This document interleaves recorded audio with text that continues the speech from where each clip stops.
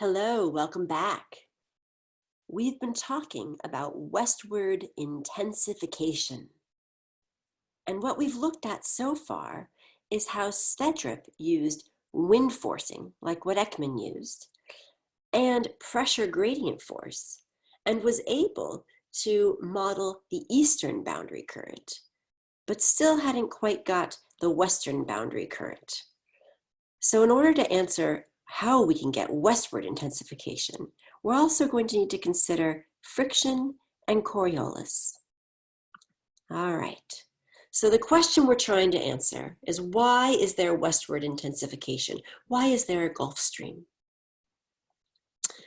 So to try to explain this, Henry Stommel in 1948 used a symmetrical anticyclonic wind field, a lot like what Sverdrup used, only he included friction.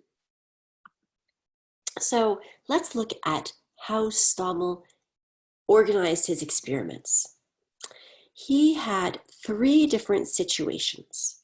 The first was a non-rotating Earth. All right, all those flat earthers out there, be happy. Here's our non-rotating Earth. And this is the flow pattern that resulted from having that symmetrical wind field acting on a non-rotating Earth. And this is the sea surface topography that was produced by that wind field acting on our rectangular basin on a non-rotating Earth.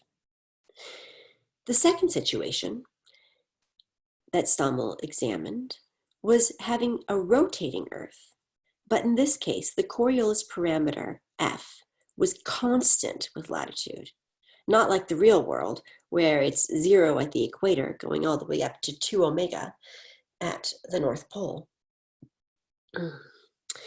And in this case, the flow pattern that was produced by his model looked like this, and the sea surface topography looked like this. Now in the third situation, and let's look at what that rotating Earth, but with Coriolis parameter being constant with latitude, would look like. All right, so this is a lot like the example that we had of our cylindrical Earth. So we remember that when we have a cylindrical Earth, that if the Earth were cylindrical, that in that case, the Coriolis parameter would be the same. It would not change with latitude. All right. The third situation was a lot more realistic. The Earth is rotating and Coriolis force increases with latitude. However, it increases linearly with latitude, which is not exactly what we have on the real world either.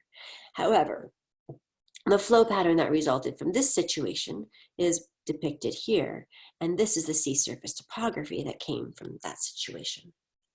All right, to understand how these different parameters can affect our gyre, we're going to first look at the difference between situation 1 and situation 2. And first, we're going to look at the sea surface topography.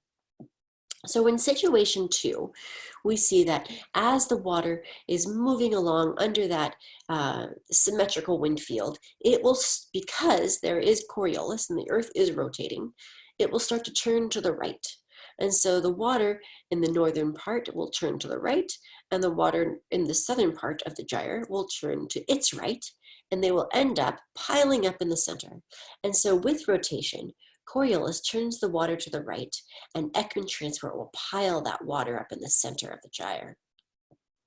Now, if we compare that to what goes on with what's going on without rotation, we see that in our non-rotating Earth, we don't have Coriolis to turn our water to the right and to pile it up in the center, so no water is piling up in the center. Instead, as the water is flowing from one side to the other of our gyre, it is going to decrease where it's the height of the surface will decrease where the water is flowing away. It will increase where the water is flowing to. So without rotation, the water will pile up in the corners where it is going. All right, so to summarize that, we say without Coriolis, there is no topographic high in the center of the gyre. Now, if we compare the flow patterns of situation 1 and situation 2, we see that the flow patterns are in fact identical. And so we see that both for the non-rotating situation and that of constant Coriolis, we end up with a regular symmetrical gyre, which of course is not what we actually see in the real world. We actually see an asymmetrical gyre that is westward intensified. So the only situation that yields an asymmetrical gyre is situation 3, where Coriolis force increases linearly with latitude. In this situation, we end up with we can see the lines getting close together here, giving us a very strong western boundary current. And if we look over at the sea surface topography, in this case, the high that was in the center for Coriolis when it didn't, for our situation when Coriolis did not change with latitude, has been moved over to the west. So we end up with that westward intensification. So we see that an asymmetric gyre that's westward intensified only occurs when Coriolis increases with latitude. All right, so one way to understand this is to just look at, so now we want to understand, why is there westward intensification?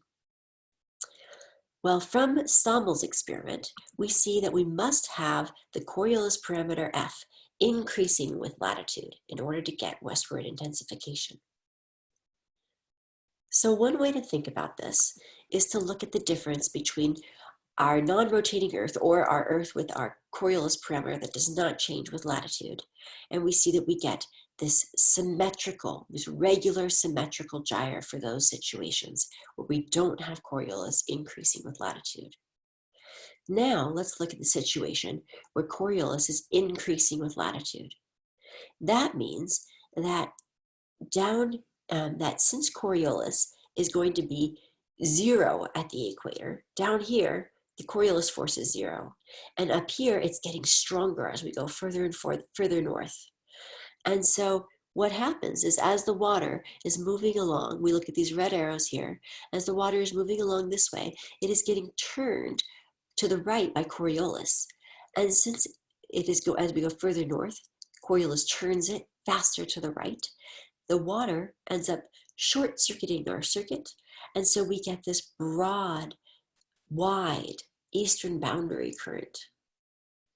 Down near the southern side of our gyre, down here, we're closer to the equator, and Coriolis is not very strong. It's very weak. So it's not going to turn our water towards the center, but it is going to allow the water to just run along until it basically smashes into the continent, the boundary of the continent over here. And so in this case, the water is going to pile up next to the continent and then move northwards. This is why our western boundary currents are faster and deeper than our eastern boundary currents, and the geostrophic hill is offset to the west. All right, so that's one way to think about why we have westward intensification due to the change in Coriolis with latitude. But we can also come back to our question and answer it in another way. So another way Stommel explained why there is westward intensification was through vorticity. All right, so let's think a little bit about vorticity. So coming back to this schematic, we see that we have our symmetrical wind field. Those are those white lines here that are symmetrical. And they are forcing our North Atlantic gyre, the blue lines below, which is an asymmetrical gyre. The circulation that we get is anticyclonic, or clockwise, in the Northern Hemisphere. If we use our right-hand rule, we see that our clockwise circulation is going to give us a negative vorticity. So we first of all have a negative relative vorticity due to our wind field. If we just allow that wind field to keep spinning and spinning and spinning our gyre, it will just spin up indefinitely. So how can we balance the factors affecting the relative vorticity to keep the ocean from spinning up indefinitely? I.e., we need to maintain a constant relative vorticity. All right, so let's think about all the factors that might affect the relative vorticity. We already thought about the wind field. The next thing we need to do is to think about going back to conservation of potential vorticity. If we look at conservation of potential vorticity, we see that the relative vorticity will be affected if the planetary vorticity is affected, F, or if the layer thickness is changed, D, because we need to maintain this ratio. It needs to be conserved. So to make this a little simpler, we will first assume that we have a constant depth of our flow. So D, we're not going to worry about D at all. However, we are changing our planetary vorticity. So we need to take into account what happens as we change the planetary vorticity, how that will affect the relative vorticity. So let's come back to this example that we did, where we have our water column at a certain latitude, and it's moving northwards to a higher latitude in the northern hemisphere. The depth of our water column is not changing. So in order to conserve potential vorticity without changing our depth, if we change our planetary vorticity and we move it northwards, so we increase our planetary vorticity, we have to decrease our relative vorticity. So we're going to get more negative relative vorticity. That's that clockwise motion. It's going to give us more negative relative vorticity as we move northwards. All right, so far we have negative relative vorticity coming from the wind field on the western side, and on the western boundary, we also have negative relative vorticity due to the fact that the planetary vorticity is increasing. So how can we balance the negative relative vorticity for the western side of the gyre? Well, we're going to need to give it some positive or anti-clockwise or counterclockwise vorticity. So we're going to need to get some positive vorticity. And on the western boundary, what we need to do in order to get this positive vorticity is to put in here, this is our actual boundary. So this is our coastal boundary right here. And if I draw my coastal boundary, this is Florida down here going all the way up to New York. This is my coastal boundary. I see that when I'm near that coastal boundary, there will be friction with this boundary that will slow my velocity. So what I end up with is coastal boundary friction in the western boundary current, so that I have a slower velocity here than I do as I get further away from my boundary. So what this actually is giving us is a change in V with respect to X. So we're getting a velocity shear as our V is increasing as we change our X in this direction. And so what we end up with is, if we put a paddle wheel in here with this kind of velocity shear, we see that over here, our paddle wheel is going to go faster, and over here, our paddle wheel is going to go slower. And so we'll end up with a velocity like what we see here. And we get this positive vorticity. So because we end up with this dv dx, because of the friction with the coastal boundary, we get a positive vorticity coming into our equation. All right, let's think about what would happen to the change if we have a change in planetary vorticity, how that's going to affect the relative vorticity on the eastern side of the gyre. So now in this case, instead of moving northwards, we're now moving southwards. So we still have a column of water that is not changing its depth, but now it's moving southwards. So in order to conserve this potential vorticity without changing D, if the planetary vorticity decreases, our relative vorticity must increase. So we end up with a positive or counterclockwise relative vorticity on the eastern side of the gyre. that leads to more positive relative vorticity for the eastern side of the gyre. Now, the eastern side of the gyre still needs to balance the negative relative vorticity from the wind field. And so in order to do that, we again will try to give it some positive vorticity by drawing our boundary here. So this is our boundary this time on our eastern side. So we can imagine that we've got Ireland and France and Portugal giving us our continental boundary over here. And in that case, near that continental boundary, we'll have a slower velocity due to friction.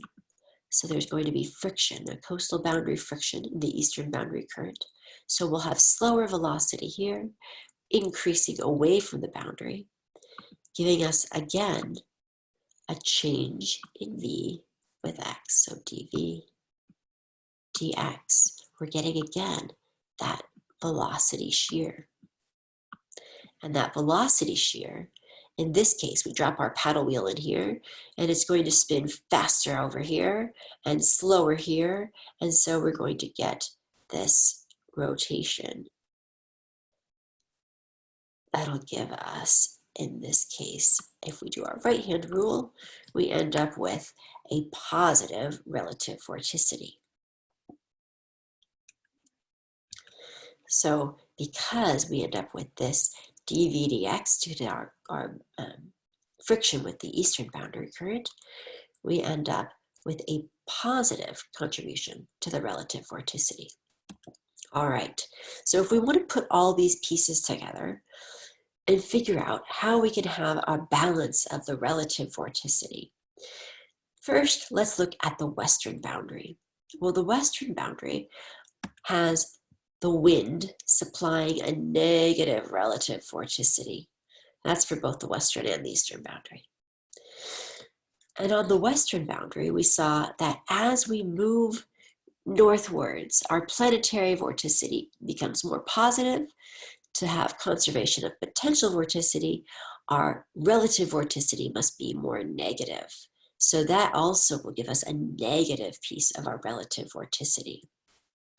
However, the boundary will give us some friction with the boundary is going to lead to a gain in positive relative vorticity for our western boundary. However, because there is so much negative relative vorticity from the winds, and there's also negative relative vorticity due to the planetary vorticity becoming more positive, these do not balance. So on the western side, the negative relative vorticity due to the wind and the planetary vorticity is not balanced by the positive vorticity that is gained by the boundary. And so let's look at the eastern side. On the eastern side, we also have the negative relative vorticity from the wind. And in this case, because we have the positive relative vorticity due to the friction along the boundary. And then we also have positive relative vorticity due to the fact that the planetary vorticity is decreasing. So we have to increase our relative vorticity. So on the eastern side, the negative relative vorticity from the wind field is nearly balanced by the positive relative vorticity from the friction and the positive relative vorticity due to the fact that the planetary vorticity is decreasing. However, since we do not have a balance on the western side, the net result is that the gyre is going to speed up. It's going to have more and more negative relative vorticity going into it, and so it will speed up. So now we have to think about how we can keep our gyre from constantly speeding up. The way that we can do that is by having an asymmetrical gyre, where in this case, we have a much stronger western boundary current, which is moving much faster.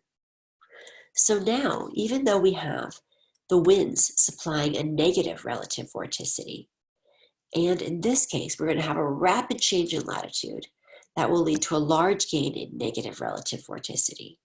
However, because we have such a much faster velocity along the western boundary, there will be a much larger frictional loss with the boundary that will lead to a much larger gain in positive relative vorticity that will in fact balance. So this time we end up with a balance when we have an asymmetrical gyre. On the eastern side, we again have positive vorticity due to the friction and positive relative vorticity due to the change in latitude. And so on the eastern side, we are also balanced. So the eastern side is also balanced. We are completely balanced on the western and eastern sides when we have an asymmetrical gyre. So because we have an asymmetrical gyre, the net result is that our gyre is in equilibrium. All right. So using these ideas of wind stress and how that can lead to a gyre, the next person to work on this was Walter Munk in 1950. And he went ahead and had the latitude going all the way from the equator, actually south of the equator, all the way up to 60 degrees north. So he wasn't just looking from 15 degrees to 45 degrees like Spedrup and Stommel were looking at, but he expanded that all the way down below the equator up to 60 degrees north, and he used actual wind stress. So not assuming a symmetrical wind field, but in fact used actual wind stress. And using actual wind stress, you see these here. This is the westerly winds, subtropical anticyclones. This here is the wind stress. You've got the trade winds here, and down here the doldrums near the equator. And then he took the curl of the wind stress, and using the curl of the wind stress, he was able to show that in the basin, going all the way from below the equator up to 60 degrees north, that the currents that would actually be produced based on the curl of this wind stress were in fact what we do see. And so we end up with the south equatorial current down here. Here's our equatorial countercurrent, our north equatorial current. Here is our subtropical gyre with its westward intensification. You get a strong western boundary current and the high offset to the west. And even what we would have if we were in the southern hemisphere, but there are too many continents in the northern hemisphere to have this, we would have this west wind drift, which is what we see, the Antarctic circumpolar current in the southern hemisphere. All right, so we saw that if we take into account wind stress, pressure gradient force, friction, and not just Coriolis, but the change in Coriolis with latitude, we are able to see why we have westward intensification. Go ahead and do the quiz for this section, 4.2.2. After you've read the section, do that quiz.